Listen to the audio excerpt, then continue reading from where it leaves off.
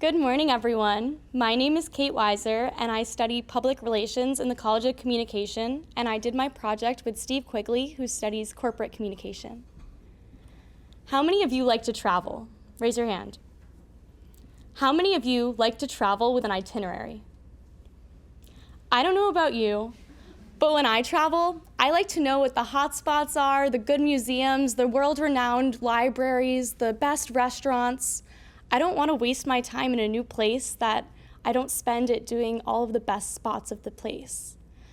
So what if I told you that I could provide a resource that was free, easy to use, dynamic, and locally sourced?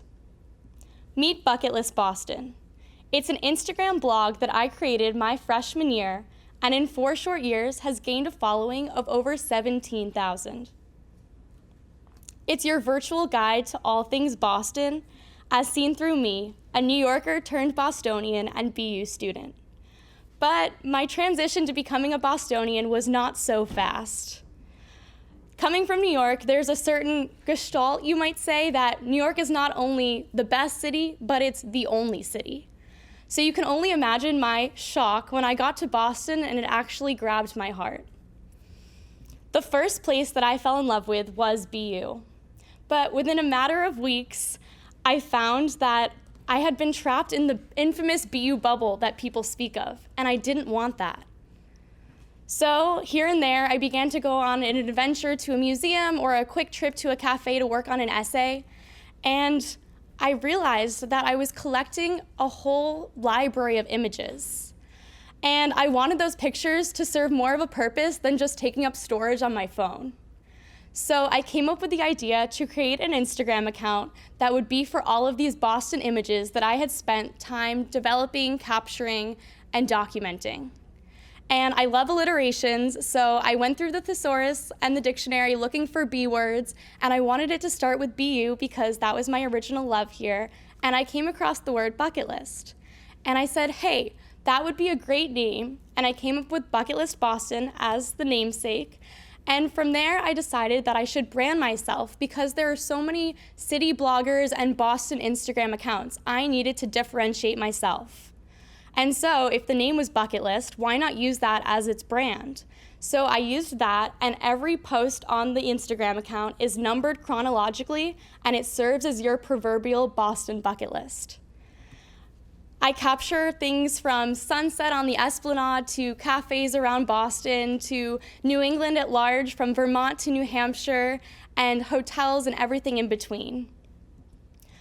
Up to date, I'm almost at 1,000 posts. That's a lot of imagery, it's a lot of content, and nobody really has time to use it as a resource and go through 1,000 pictures. I realized that there was an inherent issue with the way that Instagram is created. For example, in one given 3x3 grid on the feed, you might have sushi in Back Bay, Providence, Rhode Island, a brewery in Somerville, and a Red Sox game. That's a problem. If you're using it as a resource, that's not a way to use it and go on and say, today I want to go to brunch in Southie. No, you would have to scroll through all of those pictures and figure out your own list on the side, not using the account, which is the whole purpose. It's to serve people. So I had an idea. Why not create a website that was bucketlistboston.com where I could solve the problem? I combined my concentration in computer science with my love for web development, design, photography, and people into this website. It's a platform that serves people, both Bostonians and visitors alike, as a resource really to figure out the best places all around the city. I've created subcategories. I've chosen the most important to show you today: cafes, gems, both hidden and in plain sight, and brunches. And we'll use cafes as an example. So this is a list of the best coffee shops to study, and I have an example here, and you can see how the list works, I think.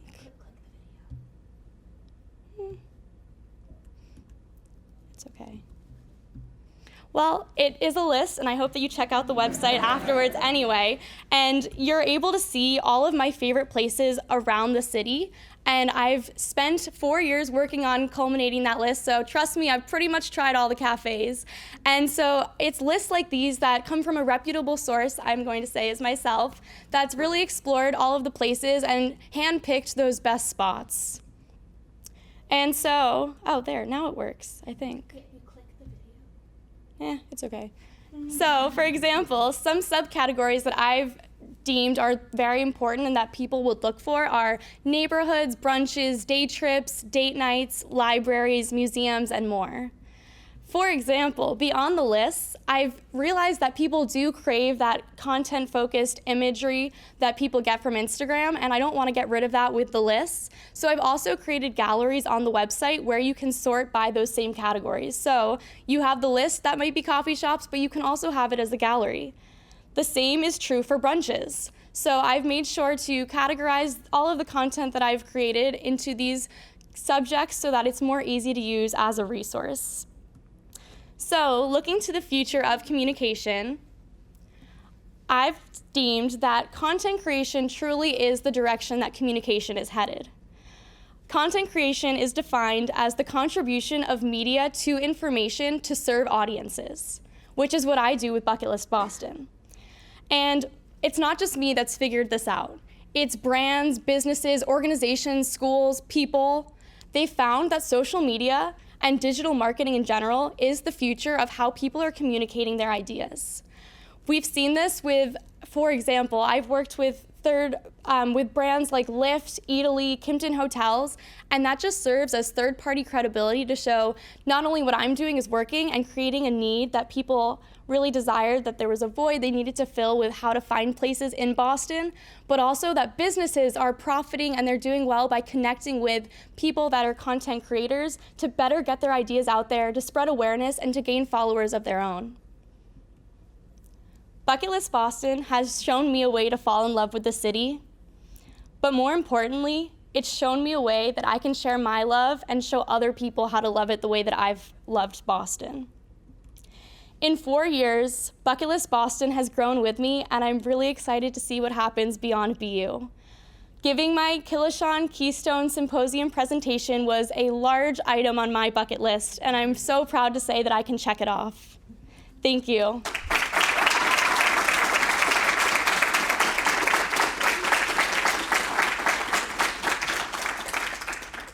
Questions? Shiv. So obviously you said you've got like 1,000 or so posts now, and you've probably seen a lot more places than just the ones you documented. When you go home and you think of Boston and you miss Boston, what are a few places that have come to mind, and how do you think you can help people get more comfortable in Boston by having those kind of experiences? So the question was, when I'm home, what places do I think of that I love, and how do I help other people find those places and feel like they know Boston? Isabel Stewart Gardner Museum is my all-time favorite because I think it's so beautiful, but I also love the Boston history that is part of it. The fact that Isabel Gardner herself lived there and said her dying wish was to leave the museum preserved as is, so that all of the art was as she left it. I think that's a beautiful way that kind of emphasizes not only the art in the city, but also the history of Boston. And I'd also say, of course, a Red Sox game. I think getting into neighborhoods that people don't always explore, like Southie and Somerville and South End, are a great way to feel like you're really putting roots here. And in terms of helping others, I think that they just need to get over the hump of being stuck in that BU bubble and kind of taking a leap of faith in a way of just saying, maybe today I'm going to go with a couple friends with no plan and just hop on the T somewhere or walk somewhere and really observe what's around you, because there are so many of those hidden gems that you walk by every day you just don't realize. Ellie?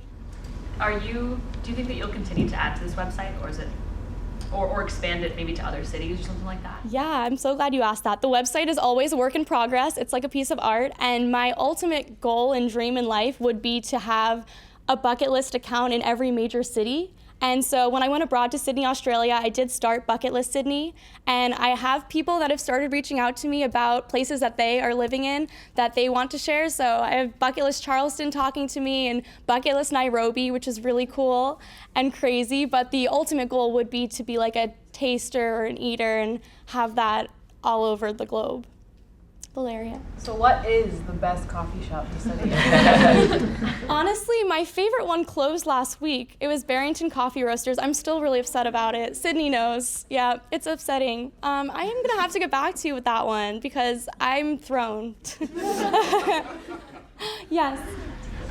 So this is great, really interesting. You said you've worked with brands like Kimpton Hotels, etc. Are those sponsored ads? So how do you navigate? One of the big issues with the kind of work you're doing is navigating the trust that the readers have in you with actually kind of working with those brands. So how do you navigate that? I'm so glad you asked that. My number one priority is authenticity. Without that, there's no point in having this account. It does well because it's coming from somebody who's actually going to all of these places, taking the photos myself, all of that, I think comes through in what I'm doing as opposed to maybe other websites that are similar. And so I always ask myself when being approached by a brand, is this something I believe in? And if I'm not sure, then the answer is no, and I won't work with them. And I do sponsored ads, not all the time. I do a lot of pro bono because I like helping local Boston businesses, and I think that's really where this came from and it's all about. But it's a balance, and I would only accept an ad when I truly believe in the organization that I'm working with. Yeah, Maddie? So I feel like some people think that Instagram may be like this phase. Why do you think it's something that's here to stay? I think social media is definitely here for at least the next 5 or 10 years, just because people are only starting to figure out the power that they have within it. People have a voice on social media like they've never had one before. It allows them to directly communicate with organizations and businesses and really have a stand in what's going on around them. And while that's just kind of starting to unravel, they're also figuring out those brands that they can work with influencers and photographers and use them to create content to, again, spread that awareness. And it's just really beginning, and I think it's an exciting time to be a part of it. Josh. First of all, I just want to say it's been really cool to watch this grow for 4 years from like KHC third floor, like 100 followers to 17,000. So that's really awesome. But I was just wondering, like, you have this kind of goal of expanding, but I'm sure this is a lot of work for one person to do. And I know you like kind of take pics in advance and then post them. Yeah. So how, like, are you thinking of like collaborating with people or like taking it on full time? Like, what's your vision for that? Taking it on full time would be like a pipe dream. That would be really cool. I don't think it's feasible, and I also enjoy doing other things, so I don't want it to be my only thing, and I love that it's a side gig so that I never get upset with it. It's more my thing I go to when I'm bored with other stuff. And so I do see down the line that having people on my team is definitely something that would be the most efficient in terms of helping to expand. And again, with those people that are reaching out to me about other locations, I see them as kind of joining the team, and that's something that I'm excited to really make happen. Well, thank you so much, and I hope you follow.